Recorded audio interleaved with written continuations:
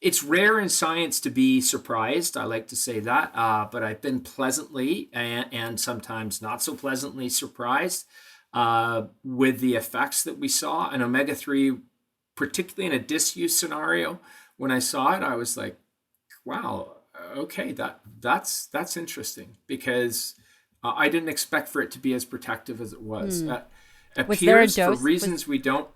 Sorry, was there a Yeah, the dosage? dose is pretty high. The dose is pretty high. It's about a gram and a half of EPA and DHA a day. So it's high dose, and I hasten to add high quality stuff too. So it was tested for oxidized status and everything else like that. So I don't know that you'd have to take a lot of pills if you were doing this. But for reasons we don't fully understand, chalk this one up. It works better in women. And I don't know why.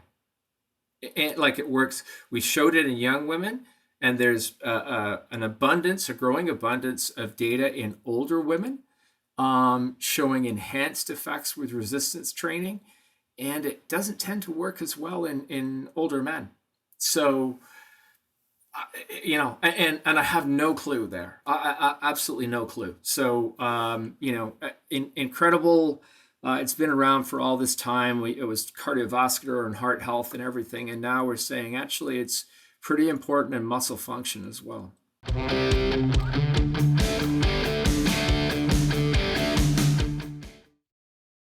Now, regardless of your dietary preferences, it is really important to know what is going on under the surface. And when I say under the surface, not only do I mean muscle, but I also mean blood. And I'd like to take this opportunity to thank one of our sponsors, which is InsideTracker. It is also incredibly valuable when you are switching nutrition plans to actually see what is working for your body, not just by feel, but actually by data. You can, of course, utilize InsideTracker on your own and even take those results to work with your own personal physician. InsideTracker analyzes blood, DNA, fitness tracking data to identify where you're optimized, where you're not. You'll get a daily action plan with personalized guidance. And of course, you can incorporate what you're already doing, looking at nutrition and even supplementation. They have a component called Inner Age 2.0. They have a component called Inner Age 2.0 to look at and create a plan based off your biological age, which is really interesting. And for a limited time only, you can get 20% off the entire InsideTracker store. Just go to InsideTracker.com/Dr. Lyon. Dr. Stu Phillips. Now, you are, I would argue, world-renowned professor and tier 1 Canadian, we won't hold that against you, research chair, Department of Kinesiology, director of physical activity, Center for Excellence at PACE, and you're a full professor at McMaster University. Did I miss anything? And the father of 3 boys? And the father of 3 boys. Yeah. Thanks for having me on the show. It's a real pleasure. Are you kidding? How many years have we known each other? So we met through Dr. Donald Lehman. It's how many years ago? I don't even want. So COVID warped time a little bit, but it's at least 10. At least 10 years. Yeah. Okay. Wow. Yeah. Botox is working well. Hopefully they will get to, and I'm not talking about I'm not talking about yours. Now, I am so excited to have you on, and for reasons that I believe are incredibly important to the listener. You are a voice of reason in the space. I am a bit biased because I've been following your work for over a decade now. Actually, as you know, Don Lehman is my longtime mentor. And obviously you guys are very good friends and have collaborated on many papers and letters to the editor. Yeah. He's a great guy. I run into Don all over the world. We've met in Chicago to New Zealand to you name it, places in the Middle and Far East. And hey, Don, how you doing? In fact, I rarely see him in the United States. So it's always a pleasure. Yeah. Well, it is, I just want to thank you for all the pivotal work you've done. And we're just going to start. So my question to you is, what is muscle's role in health? Yeah, a lot to unpack there. I mean, I think the most easy one that everybody can point to is if you don't have enough muscle mass or it's not working quite right, then obviously you can't move around. So mobility would be the key one. But I think, and my former mentor Bob Wolf wrote a really cool paper. Well, it must be pushing 15 years ago now. The underappreciated role of muscles. So, when you distill resting metabolic rate down to the two tissues that really contribute to it, it's your liver. Although it's pretty small, it's very metabolically active, and your muscle because of its mass. And it's not as metabolically active, particularly if it's sedentary. But the more active you are, then it's a big contributor to your resting metabolic rate. So huge determinant of whether you're going to gain or lose fat, as you age and depending on what you do. And then I think the last one that probably most people have a sense of is that the largest site of post-meal disposal of glucose is in muscle. So it's the sink, if you like, for post-meal glucose. So when you have a high, what we call high metabolic activity, high quality of muscle, then really you've got a great place to put blood glucose, and so your blood glucose regulation is a little bit tighter. So basically, we were talking about the importance of I think that everybody talks about obesity and adipose tissue as their focal point, and that's a very fat phobic conversation. And what you've done a fantastic job of is really focusing on muscle, and muscle is this organ of longevity, and muscle as the pinnacle, and not kind of a peripheral tissue. And that's really what I was asking was where do you see muscle's role in health? And I know that you answer these questions all the time on a million different podcasts, but I think you have a very unique perspective. Yeah, I mean, I think, everybody recognizes if you don't have enough muscle or it's not good quality muscle, you can't generate enough force, then mobility is going to be effective. And as soon as human beings become immobile or less mobile, then their quality of life declines quite sharply. So I think that's the one that most people can point to. But obviously, it has a key role in resting metabolic rate. It's the one organ outside of liver, which is, although it's small, it's very metabolically active. Your muscles not as metabolically active, but if you exercise, there's a lot of it. So I think that's a key one.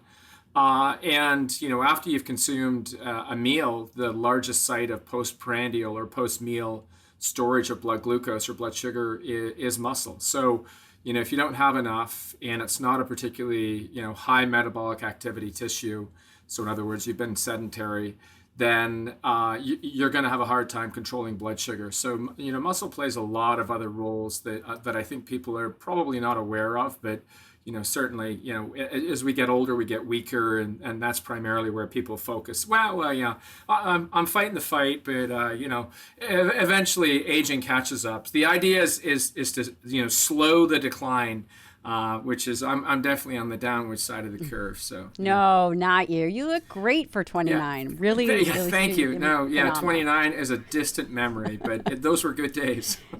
You mentioned something that is really important. And you mentioned the older adult, and we'll define older, right, in the literature is really 65 and up. And there was a paper that had come out in Cell, which I think really created a lot of problems, not only for those in the research of dietary protein, but really as myself as a practitioner. And the title of this paper, I think this was 2014, and Levine was the first author, and it is Low Protein Intake is associated with a major reduction in IGF-1, cancer, and overall mortality in 65 and younger, but not the older population. Yeah.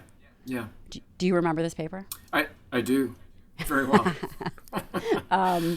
And, I just want to state some of the things that really were quite shocking for myself, and I think the media truly took this to a whole nother level based on this paper, which I certainly appreciate when someone publishes a paper that a lot of work goes into it. And basically it said that those in the highest protein intake group had a marked 74% increase in their relative risk of all-cause mortality. And they went on to say, and were more than 4 times as likely to die of cancer when compared to those in the low intake group. Yeah.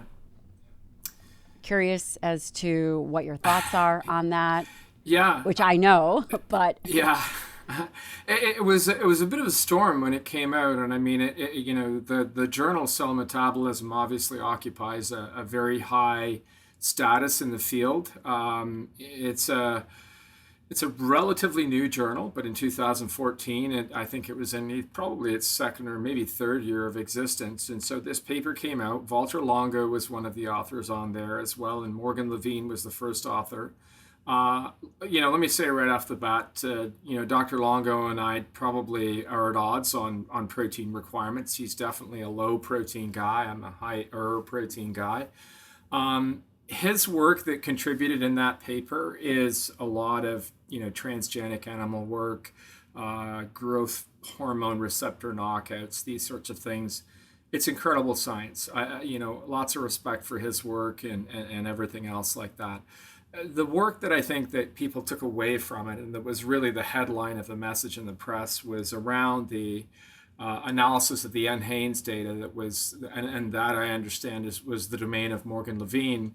And she, in my sense, I think if you had taken those data and had them sent to a nutrition journal and reviewed there, they wouldn't have passed the bar. So, what I'm saying is that at Cell Metabolism, I don't think the right reviewers got a hold of the NHANES data, which is the relative risks that we're talking about in people, to adequately review the paper. And, we have some data that we're trying desperately to get published that actually completely refutes that analysis. And we use a full and robust data set. It's not the small number of individuals that were used in that trial. And, I hasten to add that when somebody talks about 4 times more cancer, that's on par with smoking. And, smoking is generally sort of 7 times, which is, it's if there's one thing you'd never want to do is take up smoking, right? But so non-smokers versus smokers, 7 times the risk of lung cancer. And everybody would be like, duh, I get that. But when you say cancer risk is 4 times greater in one group versus another, it's more than half the effect of smoking. That is a huge effect. And so really the effect in that paper is an artifact of the very small numbers of people they had that actually had cancer and died from cancer. And so, once you get down to small numbers, like a few sort of blips here and there, make big differences. And so relative risks in that sense are huge. And when it's done with an adequate sample, I'd add, and I've probably been saying this for far too long because this paper is a collaborative effort and it's taken a while to get out. Okay, I'll make a promise. It'll get out in 2022, and you'll see. Yeah, I know. I've been saying it for years, honestly. You'll see that there's no increase in cancer risk with high versus low protein intakes, and not even any change in the hormone that's supposed to drive all of this, which is IGF-1. So, GF1. Yeah. Basically what I'm hearing you say is there's a lot of mechanistic data that was utilized in this paper in combination with the NHANES data set, which is a very large database and can be chosen, and certain individuals can be chosen, certain data sets, and it seems like it was very, I don't want to say manufactured, but the end result, I hesitate to say that. Yeah, it wasn't manufactured, but it's a small data set. It's a fraction of the data that's available for the data set that they actually used. And why do you think that was done that way? I have no idea. I mean, again, if you took those data out of that paper and submitted them to any decent nutrition journal worth its salt, it wouldn't have been published. So I just think that the people at Cell Metabolism who got their hands on that paper looked exclusively or almost exclusively at the molecular data, and it's astonishing. It's very, very good. And Walter Longo tells a great story about a particular type of individuals who have a form of dwarfism who lack a growth hormone receptor who have no cancer. And I mean, that's an astonishing finding. And it's a genetic, obviously, mutation that results in people who are short in stature, but it certainly indicates that these growth factors do play a role in the development of cancer. The NHANES data that accompanied that analysis, was, in my opinion, very poorly done. And our hope is to rebut that with our own analysis of NHANES data with a much more robust sample size. Do you feel that this has been misinterpreted by the scientific community? Am I putting you on the spot? Yeah, I think it was definitely misinterpreted by the press. The British press is great for this stuff. They love tabloid splashy headlines, and it was like eat a bacon sandwich, the equivalent of smoking a pack of cigarettes or something.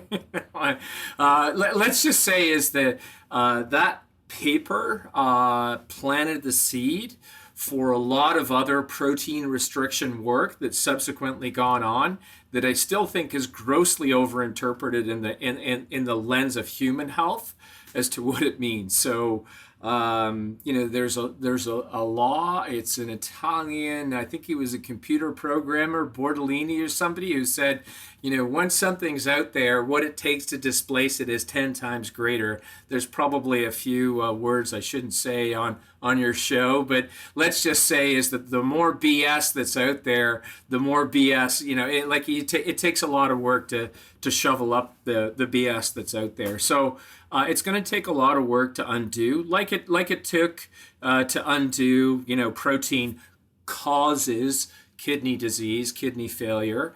That's not true. It doesn't make your bones soft either, et cetera, et cetera. But it's been around for so long now. It's beginning to become part of the lexicon of how we should prescribe dietary protein for individuals. And even that paper, I hasten to add, showed that higher protein was better for older people. So, chalk one up for the older people need more protein side of the equation. So I'll take that one away. What do you think the unintended consequences of a publication like this are to the older population? It's hard to say. The paper is a scientific publication, and I suppose it depends on the degree of knowledge translation that happens as a result. And I'm always cognizant of our work and the effects that it can have, the knock-on, when it's published. People read it, people pay attention. Practitioners do change practice. I understand. Not everybody follows the literature. So sometimes it takes longer. Maybe it makes it into clinical practice guidelines, or maybe it doesn't. But certainly it stirred up enough of a controversy in the area to begin to question a lot of the higher protein recommendations. And all of a sudden, it wasn't protein makes your bones soft and causes your kidney to fail. It was and gives you cancer. And there's a Joe Jackson song. Maybe you know it, maybe you don't, but he has a line in there. You should sing it for us. It's everything gives you cancer, and it's set to a sort of a kind of jazzy piano beat, and it's true, right? If you live in the state of California, I had the pleasure of doing a sabbatical there in 2006 at Stanford. It almost broke me. It was cost me so much to live there. But everything in California was like, this may cause cancer. This may cause cancer. And that's right. I took the kids to the swimming pool, and it says there's chemicals here that may cause cancer. I was like, holy smokes, it's the kids are reading it. They're like, Dad, it says cancer. I'm like, we're good. Let's hop in the swimming pool. So I think the tempered message is that 4 times the risk. That's diabolical. And, even the most reasonable scientist would have to look at that and think, that has to be a statistical, flub right there. It's created by a small number. And if you look at the absolute numbers, it's really, about the difference of about 5 people. Right. And you make a really good point. The relative risk versus the absolute risk. And oftentimes relative risk is used to make numbers seem much more robust. Yeah. Well, if you have one person die in this group and 4 people over here, there's 4 times more, and it seems like a big deal, but it's the absolute difference is 3 people. So, that's the simple hand math, but people get the point, I think, and we need to talk about absolute risk in some cases, and their data in that paper there's some problems. So, do you believe that higher protein diets cause cancer? No. I would agree with you. In a word. And I mean, listen. Now I need to back that up, and I'm telling you, the data will come. The paper will come out there, and finally I'll say, there you go. Take a read of that, and put that in your NHANES pipe, and have a smoke of that, because it really it's done by in collaboration with people who work with NHANES data all the time. And the reality is that there's no relationship between dietary protein intake and cancer or IGF-1 even. And even the relationship between IGF-1 and cancer is not particularly strong when you look across the human epidemiological observational data. So, Also true. This, I think that's very illuminating for a lot of people because, as you know, having Donald. I better back it up now with that paper, huh? Yeah, that paper better be coming in hot, Stu. Coming in hot. It's reviewers willing. It's out there. I mean, I feel like it's actually been rejected from a few journals now. Is that enough people have seen it as reviewers that I can call it almost in press? It's been rejected from that many journals. So which is probably where the cell metabolism paper. I think people are inherently mistrustful of NHANES self-report data. But that was the key. That was the linchpin piece of data in this cell metabolism article that allowed people to beat the drum for protein causes cancer. Yeah, and again, step back and take a look at the other, studies where they've looked at this, and it's nowhere near conclusive. So, it's sort of like the smoking gun analogy, like you just, waiting for the data. Exactly the same thing that happened after 50 years of the Brenner hypothesis, protein causes kidney failure. You do a meta-analysis. We did one and a bunch of other groups. No relationship. And people, absence of evidence isn't evidence of absence. And I'm like, well, it's been 50 years, guys. Like, so where's the data? Like, how long after the thesis comes out without data do you say the thesis is wrong? In people with established kidney disease failure, higher protein, probably not a good idea. But the causation part of it, no data. This is a great place to stop and thank one of the sponsors of the podcast. Today's sponsor is First Form. I've been working with First Form since 2018. I believe in them. I believe in the people. I believe in the product. Not only do I believe in the product, but they actually offer 110% money back guarantee. They make amazing, amazing products. They stand behind them too. Stu talks about his personal supplement regimen and what's on his shelf, talks about creatine and fish oil, both of which I utilize from First Form. It is difficult for many people to get all of their protein requirements. A great way to do that is by utilizing protein powder. And there is a pure whey protein isolate called Formula One Natural. That is the one that I recommend, that I utilize. It is sweetened with stevia. It will help you meet your protein needs, get all the essential amino acids. You can mix it with water or coffee. Again, they have a money back guarantee. They are a great product. I'd love to hear what you think. Check them out at firstform.com. Are you ready for my non-scientific question? Go for it. Yeah, okay. Go for it. Why do you think there's such disparity in terms of the I don't want to say anti-animal narrative, but essentially that's really what I'm seeing, Why do you think that that is happening from just a personal standpoint? I have not, in the last 10 years, I have seen more push to increase plant-based nutrition, not saying that that is bad, right? But you cannot discount that quality of protein matters. You cannot discount. I'm a geriatrician by training. I was in Sam Klein's lab at WashU, and part of my Great guy. responsibilities are taking care of. Yeah, great, very charismatic, Yeah, incredible. he is. He's an awesome guy. Yeah. Yes, and part of my responsibility was taking care of geriatric patients, and no clinician would ever say go low protein. Right. And Right. I'm just curious. So back to my personal question is, why do you think that we are seeing this? Yeah, like great question. Again, another one with a lot to unpack, and again, hand on my heart, I have to tell you, like I live in Canada. Our food guide now is very plant focused.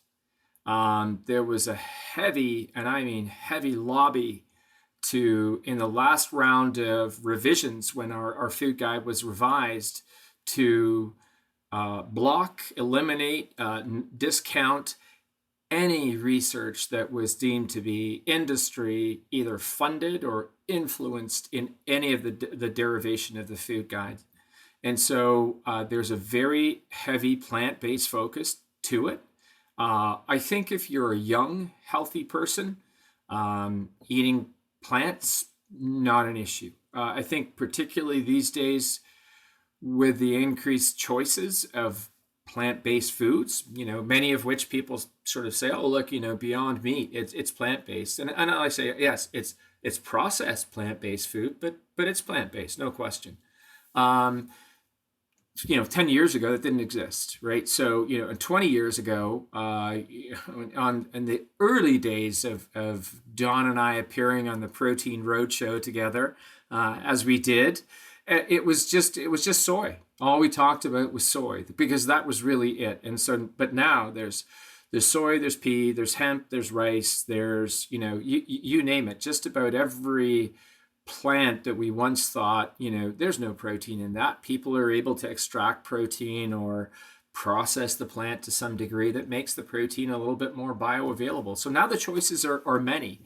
So I think that there's probably two pressures that have led to this. First, there has to be an economic pressure, or people wouldn't do this. There's no reason to look for plant protein unless there's an economic pressure. So, and I think we all realize that the cost of animal protein is going up. I mean, the cost of food is going up, but just about everywhere. And, and particularly during the pandemic when I was the designated grocery and guy, and I did all the cooking and everything for everybody in the house. How much weight did your family lose on that?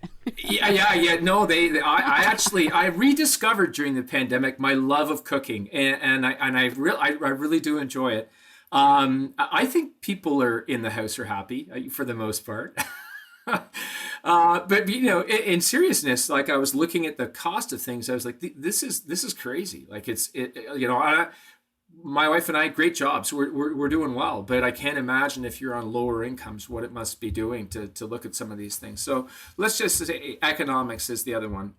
And at the same time, a very concerted move by, people at Eat Lancet and, the cast that I'm talking about. Can you just, for the listener, can you let them know who that crew is?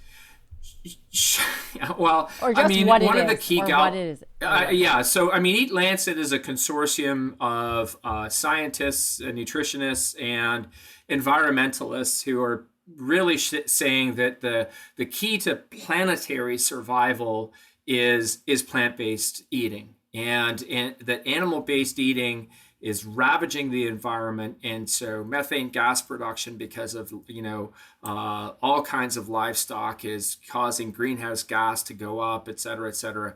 And so I don't know anything about the accounting of greenhouse gases, so I'll just say that right off the bat.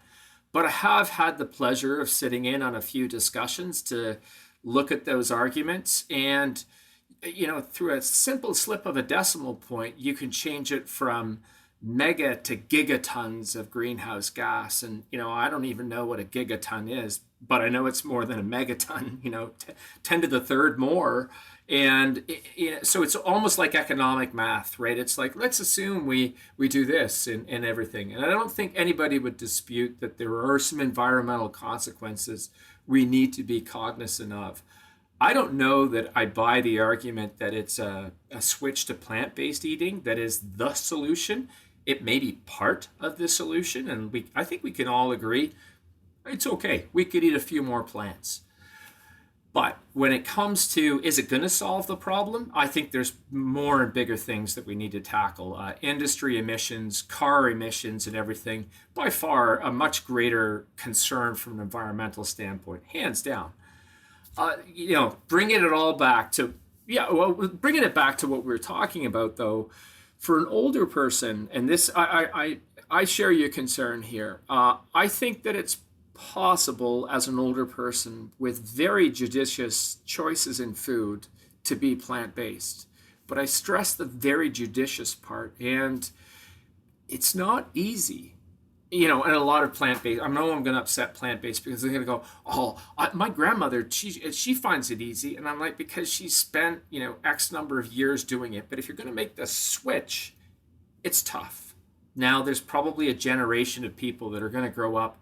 I think it's fair to say my sons will eat less meat than I will. And their sons will eat less meat than their, So will it go down to zero, and will it save the planet as a result? I'm less convinced. But you're right, protein quality as you get older becomes increasingly important. And you're going to have to stay tuned. It's going to probably take us about 1.5 to 2 years. We're doing some work where we think we're going to get a good answer to that question of whether it's important or not.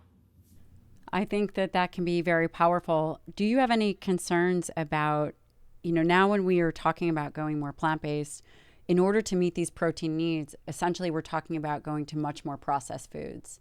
And now we are not looking at the food matrix anymore. We are not looking at, for example, beef has bioavailable iron and B vitamins and zinc and selenium. We're now looking at processed P type.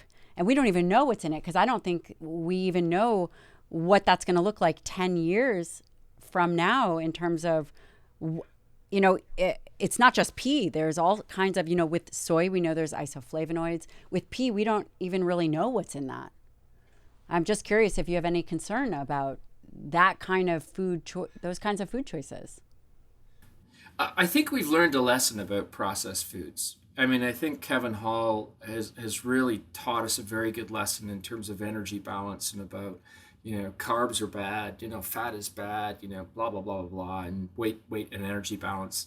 He did a great study, really elegant finding where he basically gave people, calorically matched diets, but one that was high in processed foods. And, processed foods are generated by food companies. And, we see that the essentially, 800 new foods appear, and it's not 800 new, milk or yogurt or eggs or beef or, it's the middle aisles where the food blows up, right?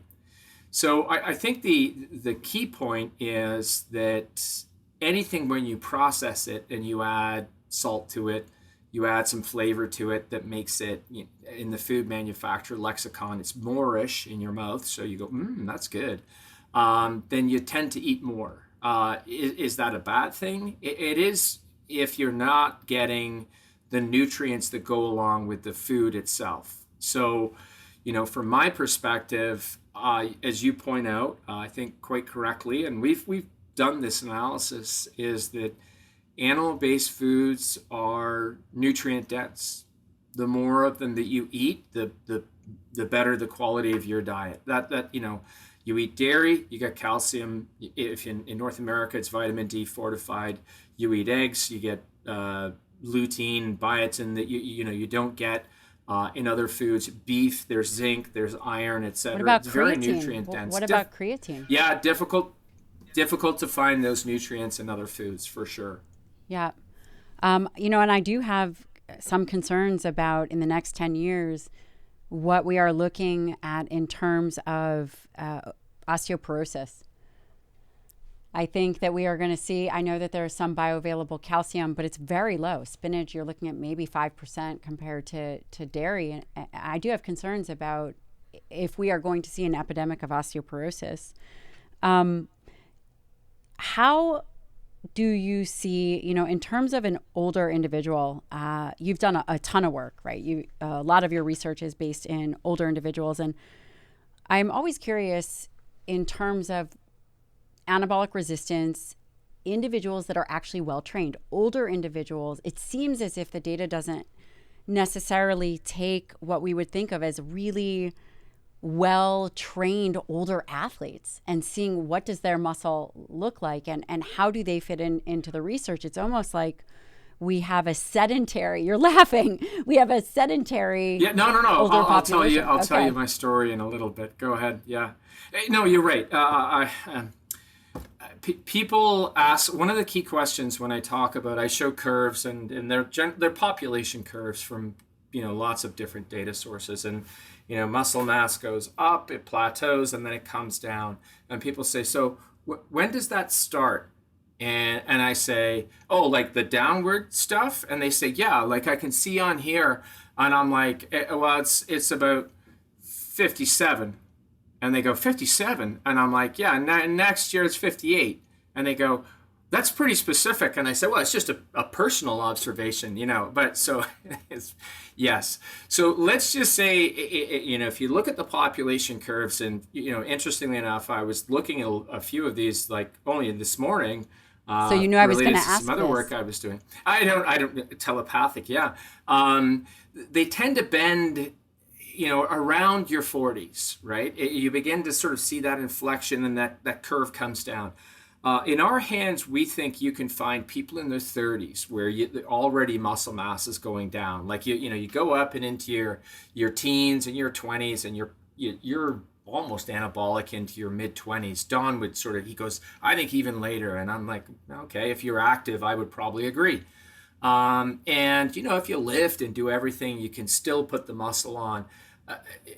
If you, not atypically, you take a sedentary job, you begin to eat the business lunches, you don't hang out with your friends and, shoot baskets on Fridays or play hockey on Mondays or whatever it is. And all of a sudden you're living, you spend the de facto state in your day is sitting down in front of a computer screen.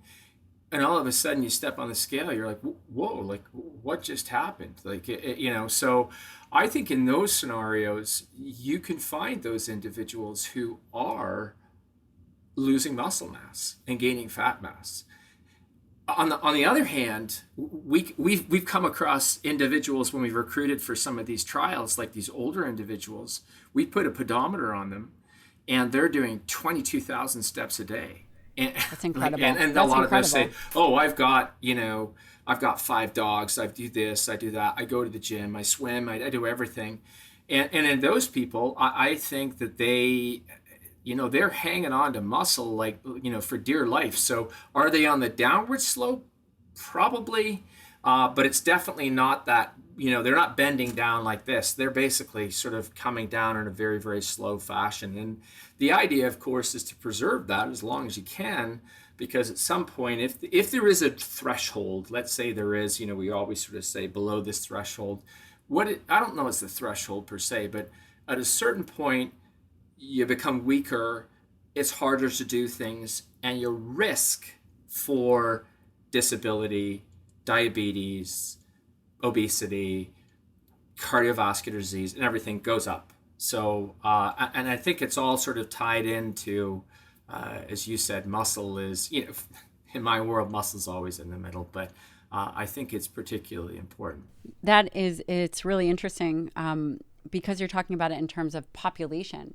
I think how, in my mind, I wonder, are we looking at kind of sick models, right? Because do we know what it would look like when individuals were moving the way in which would be, I don't want to say ideal, but really for optimal health, right? Because we are so sedentary as humans. I mean, the anabolic resistance, all the aging studies are really, we say that they're sedentary, but sedentary is almost a sick model. You know, Yeah. I'm just curious as to. It is. It's a sick model. And I mean, look, we've done some work where we took older people who were, ostensibly healthy. They're not on beta blockers. They're not taking statins. They're in good health, right? And for 2 weeks, we say, here's a pedometer. You can take no more than 1,000 steps per day. And everybody goes, that's diabolical. And I'm like, well, that's a hospital patient. That's what a hospital patient takes, about 700 steps per day. And they lay in bed or they sit in a chair. And these are healthy people. So these are not even sick people in a hospital. And in 2 weeks, they get weaker, they lose muscle mass, they become mildly diabetic. And the worst part is, and this actually surprised us, we took the pedometer off and said, okay, go and do the stuff you've done before. And 2 weeks later, they weren't better. So, this downward trajectory, and Doug Padden-Jones, good friend of both Don and I, sadly passed away really early in his life last year, he coined the term catabolic crisis. So you're doing this, you have a hospitalization, you lose muscle mass like crazy. And if you're a young person, you do that and you come back. If you're an older person, you come down and now you just continue on a trajectory. So you've hopped from one curve to a whole new family of curves much, much below. And those disuse events are massive watershed moments. Now, if you're a robust, healthy, older, active person and have one of those, still not good, but you'll weather it a whole lot better than somebody who's not. And those moments, I think, like the pandemic highlighted just how important they were, are really the differentiator between true successful aging. Like if everybody just followed the curve and went down, I think we'd be okay. If you're doing this and you have one of those disuse events, it's hard to bounce back from, for sure. In terms of disuse, do you think protein restriction would have close to the same impact, or in terms of weighing out for muscle health? So disuse, protein absolutely. Restriction. Yeah. I mean, we've tried a number of strategies to out nutrition disuse. It's very difficult. So the only thing you can do is really get protein up. You can give people lots of omega-3 fatty acids, and that helps. But the truth is if you're on a low protein diet coming in, and so you're hovering around and you're doing this, and then you have a disuse event, you're going to tip over into that. So I recently had an interesting conversation with an individual who followed a very low protein diet. He came off his bike, and he was he was okay, but he took a while to sort of recover and rehabilitate. And he said on the backside of that, the recovery trajectory, he said, I think I did myself a disservice by being on that low protein diet. And, he had listened to the, protein restriction extends longevity and et cetera, et cetera, et which cetera. Is not actually in humans, right? So that's only... no data in humans, right. and even there's no data in primates for that matter. And even the data on caloric restriction in primates is conflicting. So, kind of glaze over that. But I think for long. I'm coming for you. Next one, we're going to talk about. I know. So I think the main point is to say there's probably there's simplicity in remain active. Eat nutrient-dense foods. Higher protein, I think, is a good part of it. Keep your brain sharp, definitely, and particularly if your risk for dementia, Alzheimer's, is higher. And have a good circle of friends, and or whatever you want to call it. Purpose, something in your life. If it's your church, I don't care what it is. If it's volunteering, if it's something, and you age well. And then people go, oh, but we could restrict protein. We could give you, and there's lots of sort of things that they throw in there. And I'm like, Yeah, they might work, but I've got a lot of water squeezed out of the cloth with Be Active, Eat Right, uh, you know, Yeah. And I would even go So on the record of saying that for an older individual and aging, low protein is bad advice. I would I yeah, would I think so I believe too. it's bad advice. You mentioned omega-3 fatty acids. I'm really glad you did because there's a lot of stuff in the literature, and I'm just not sure the mechanism of action as it relates to muscle health. I would love to hear from your perspective. I wish I knew. I'll be honest. I had a postdoc. He's left now. He's actually got a faculty position of his own named Chris McGlory. He brought that concept into the lab. He was with us for almost 5 years. It was a great 5 years, and he really changed my learning on omega-3 fatty acids. I was impressed by what they did. They improved mitochondrial function. They help the muscle resist against, so you lose less muscle if you've got more omega-3s on board. We Do we know showed why? that Do we in know we think it's mechanistically, just out related of to curiosity? mitochondrial function. So if you can prop up mitochondria, which obviously tank when you go into a disuse situation, we think that that's part of it. Now it's either signaling through that or it's preservation of their ability to produce energy. So I, I, stay tuned. Chris will answer that question before I will. He left, and I'm like, you got to do that omega-3 stuff because I'm not going to do it. But really, it's rare in science to be surprised. I like to say that, but I've been pleasantly and sometimes not so pleasantly surprised with the effects that we saw. And omega-3, particularly in a disuse scenario, when I saw it, I was like, wow, okay, that's interesting because I didn't expect for it to be as protective as it was. Hmm. Was there a Appears for dose? Was reasons we don't. Sorry, was there a Yeah. The dosage? dose is pretty Yeah. high. The dose is pretty high. It's about a gram and a half of EPA and DHA a day. So it's high dose, and I hasten to add high quality stuff too. So it was tested for oxidized status and everything else like that. So I don't know that you'd have to take a lot of pills if you were doing this. But for reasons we don't fully understand, chalk this one up. It works better in women. And I don't know why. Like it works, we showed it in young women, and there's a growing abundance of data in older women showing enhanced effects with resistance training. And it doesn't tend to work as well in older men. So and I have no clue there. Absolutely no clue. So, incredible. It's been around for all this time. It was cardiovascular and heart health and everything, and now we're saying actually it's pretty important in muscle function as well. That's really interesting. Any other supplements that you utilize that you've seen be protective in muscle, regardless of their age? Yeah. I mean, did you I read have a about that? short supplement shelf. Did you read about that this I morning have a too? short supplement shelf. Yeah. No, I didn't. I have a short supplement shelf. It's got omega-3s on it. It's got creatine on it, and it's got vitamin D. And really, after that, I think you can sort of play around with a few others. But from my standpoint, those are the ones that if somebody were to say to me as I get older, what should I take? And they go, creatine, isn't that? And is that going to mess your kidneys? And I'm like, no, no, no, no. It's been around for 40 years. There's been no epidemic of kidney failure in people who use creatine.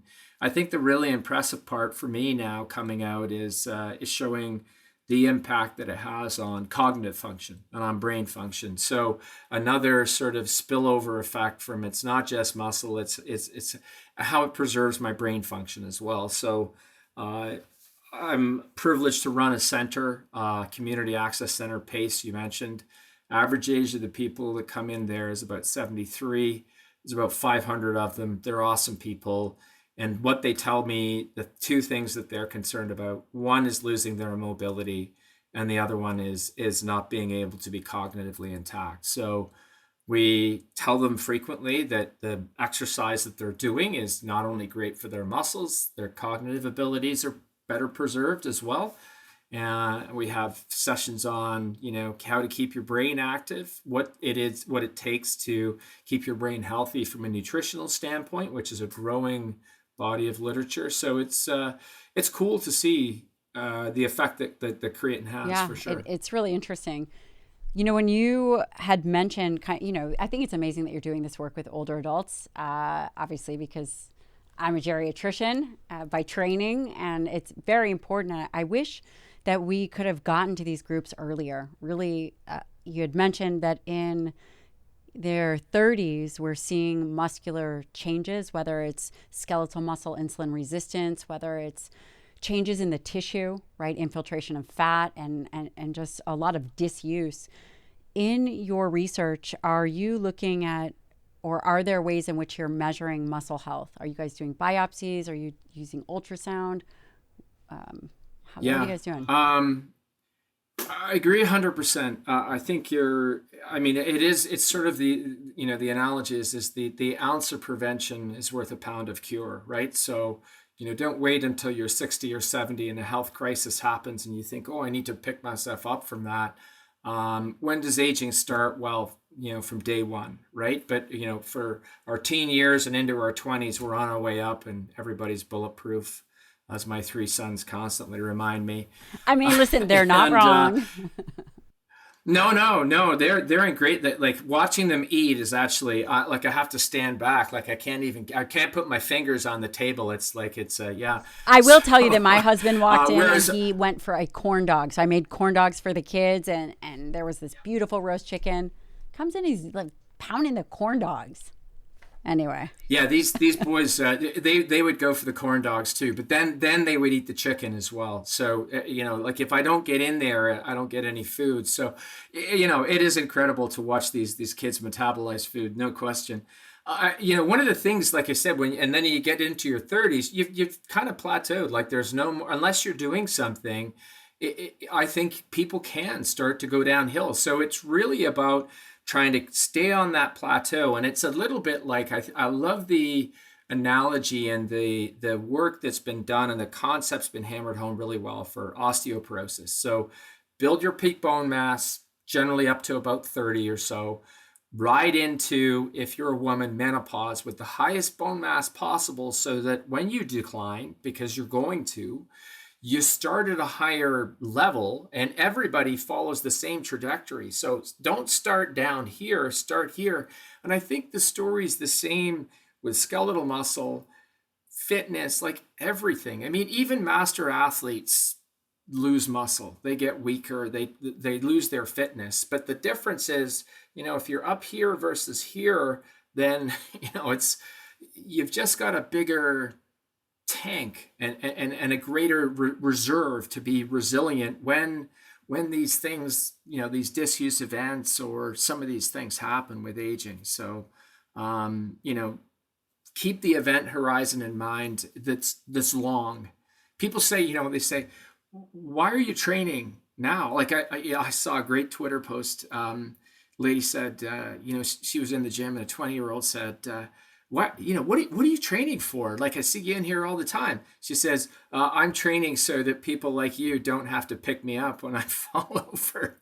And I mean, it's true, right? I like, what am I training for? I don't compete at anything anymore. I'm just training to age well, to ride, the rest of my life out in as good a health as possible. So you're right. Start early. Don't wait. When does sarcopenia start? Well, I don't know, but definitely you can push it back and hold it and keep it at bay. But even the biggest, strongest, most muscular guys and women, age gets you, right? So it's much better to start up here and go down than it is to start here and go down. High protein, high activity, yada, yada. I mean, you're right. Nobody makes it out alive. I'm 100% sure of this. Yeah, the rate of mortality holding constant at 1.0. Yeah, no. And that's so I say to, the concept is, I'm always impressed with longevity extending experiments.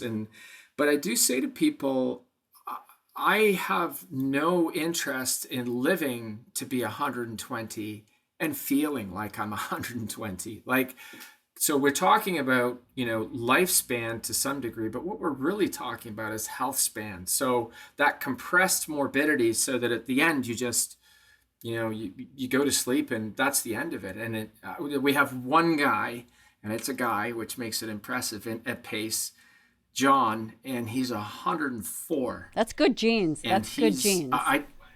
well, it's good genes, it's good living and everything. And I tell him, I say, you move like a 75-year-old, and he goes, thanks, and he does. Like, the way he moves around, like, he doesn't shuffle in, like, he steps, and he refuses to take the bus, and he walks. He's just like, in one day I'm sure he'll go to bed and he just won't wake up. And what a great way to live your life. So I know that I'm running out of time with you, which I'm super bummed about. Don't worry, I know where to find you.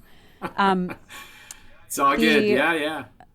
I see a lot of aging individuals, and I think it's really interesting. When individuals are younger, they're constantly striving to make strength improvements, whether it's a 1 rep max or it's in improving a sprint time. There's this crazy thing that seems to happen. I don't know if it's a mindset shift or a physiological shift, but somewhere along the line, there's less of a drive for improvement. And I wonder, do you think individuals should strive to continuously improve, and how can they do that? Yeah. Well, I'm on the opposite side of that curve. For me, right at the start of the pandemic, I said to my wife, like, this was in the grim early dark days. Everything's closing down, that you couldn't find stuff on the street.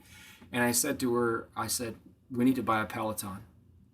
And she said, I thought you said those were too expensive. And I said, it is a lot of money, but I said, I think this is going to be bad. And it was literally 2 weeks before, D-Day, everything closed. And we got our bike. And if somebody had told me prior to the lockdown, 2 years later, or a little more than 2 years, I'd have ridden on that thing 500 times. I'd have been like, you're joking. But that's where I'm at. I can tell you that at the start of the pandemic, I could do a lot more work on the bike than I can now. Not a lot, but it takes a monumental effort to get to those levels. So I know I'm on the way down. So I'm not hitting a PR every time. I don't lift anywhere near as heavy as I used to. If I do, occasionally I go to the gym. I get foolish. There's a young guy. He's got something on the bar. I'm like, hey, can I work in? He's like, sure. You want me to take anything off? I'm like, no, bro, I'm all good. Drop 5 squats, and then, and I said to my son, who's taking exercise science, and I said, he asked me about muscle soreness, and I said, have you heard about IOMS instead of DOMS, like not delayed onset muscle soreness? He said, no, what is that? I said, it's immediate onset muscle soreness. That is hilarious. I said, like when your dad goes to the gym and thinks that he can squat like he did when he was 20, So that is hilarious. So it hurts. It hurts, and it's not really the soft tissue. Where it hurts in your joints, like my hips, my knees, my shoulders, my elbows, so I think there's something that signals to your body. Well, first, pain is a great feedback. No pain, no gain is a mantra that was great when I could recover and feel like I was fully recovered the next day, which I could probably late into my 30s. Sometime in my 40s, I found it was taking longer and longer.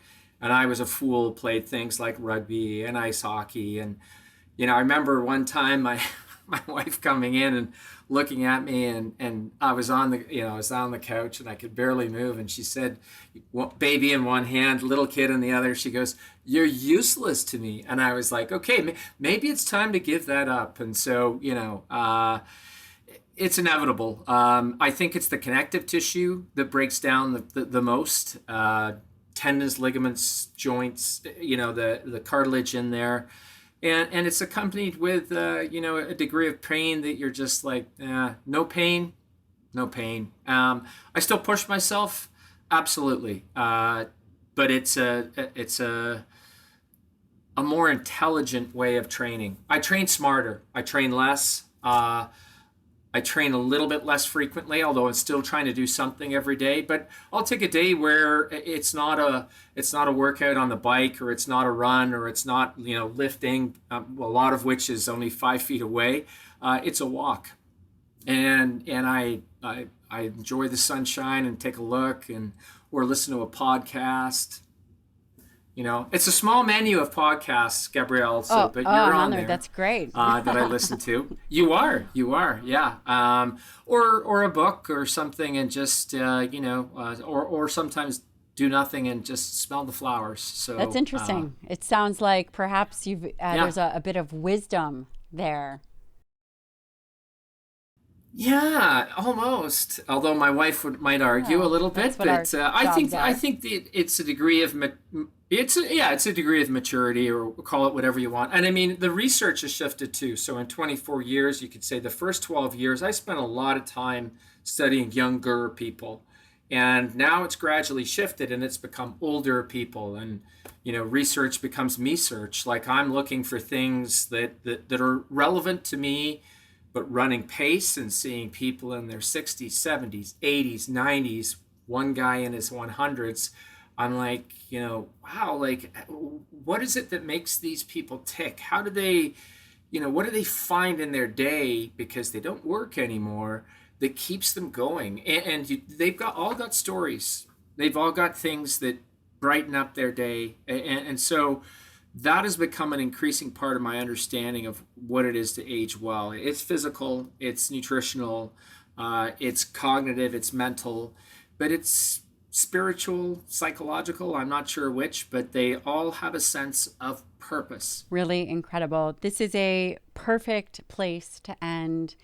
And Dr. Stu Phillips, I am so grateful to be able to have this conversation with you. And the work that you've put out in the world is going to leave a legacy. Truly, truly impactful work. Thanks. Those are generous words. I say this all the time, and I'll say it here again.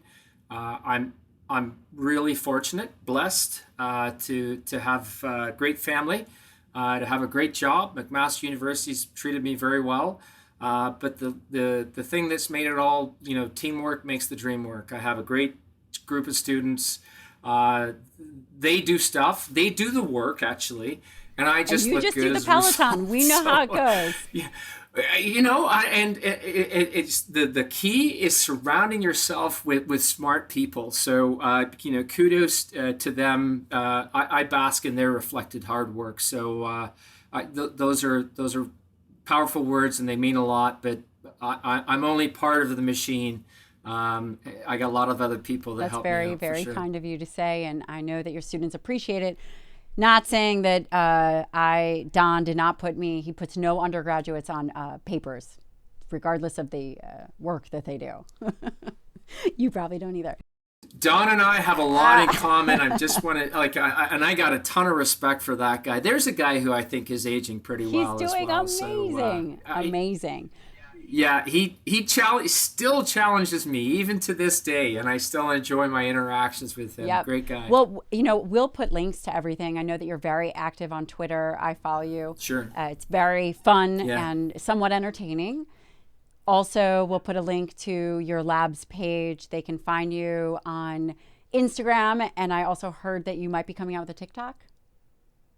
Just kidding. So my kids said, Dad, don't do TikTok. My youngest, who's 17, said, Dad, old people spoil TikTok. So we won't put a link to your non-existent TikTok, but I will. There will be no TikToking, no. Anything else that you'd like to say? No, I just want to say thanks for having me on the show. Honestly, these things are, I know people say, you do a lot of these. And I'm like, these are the chance to translate the knowledge, to get it to people. The type of knowledge that I generate, I work in a publicly funded institution. I'm a publicly funded employee because everything is state run in Canada. The knowledge should be the property of the people. not just in my ivory tower at the university. So thank you very much for giving me the forum and the venue. I appreciate it. And for asking difficult questions, but also giving me the opportunity to get on my soapbox a little bit. I appreciate it. Thank you so much, and we'll see more of you. All right. Take care, Gabrielle.